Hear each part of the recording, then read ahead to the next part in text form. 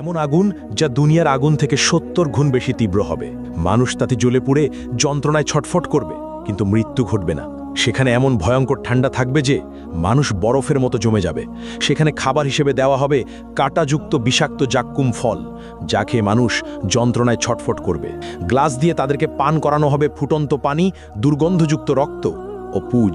হ্যাঁ বন্ধু, এটা সেই ভয়াবহ জাহান্নাম যা প্রতিটি অপরাধীকে ফেস করতে হবে। আসুন এই ভিডিওতে সেই জাহান্নামের শুরু থেকে শেষ পর্যন্ত গল্প শুনে আসি, যার প্রতিটি কথা কোরআন ও হাদিস থেকে নেওয়া, কিন্তু দৃশ্যগুলো আর্টিফিশিয়াল ইন্টেলিজেন্সের সূক্ষ্ম কল্পনা শক্তির তৈরি।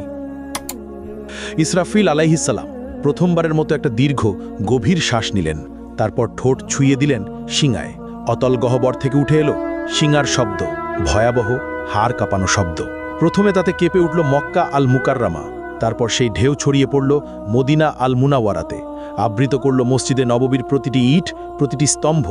কাঁপল ইস্তাম্বুল, দুলে উঠল ঐতিহাসিক আয়া সোফিয়া। লন্ডনে থেমে গেল বিগ বেনের সময়। নিউ ইয়র্কের আকাশচম্বী দালানগুলো গর্জে উঠল ভয়ের কম্পনে।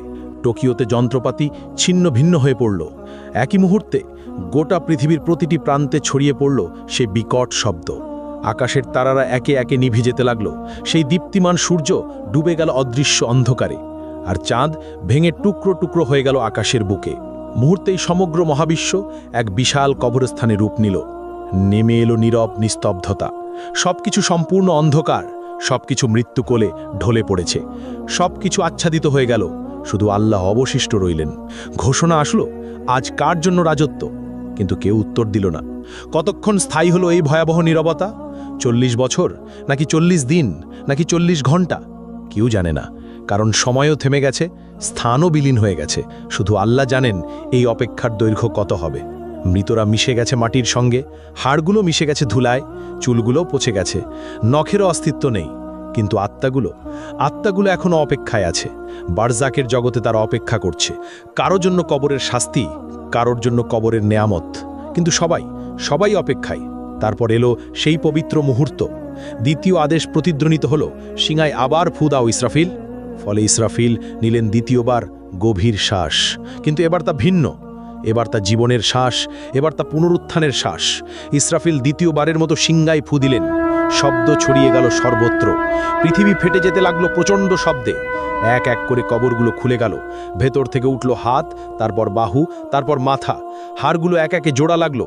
মাংস জুড়ে গেল হাড়ের সঙ্গে, চুল গজিয়ে উঠল মাথায়, চোখ বসে গেল চোখের কোটরে।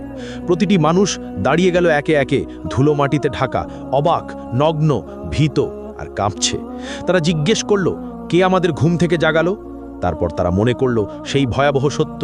তারা বলতে লাগলো, হায় আফসোস আমাদের, নবীগণ সত্য বলেছিলেন। এটাই সেই প্রতিশ্রুতি যা দয়াময় আল্লাহ দিয়েছেন। এই চিৎকার ছড়িয়ে পড়ল চারদিকে, প্রতিধ্বনিত হলো আর্তনাদ।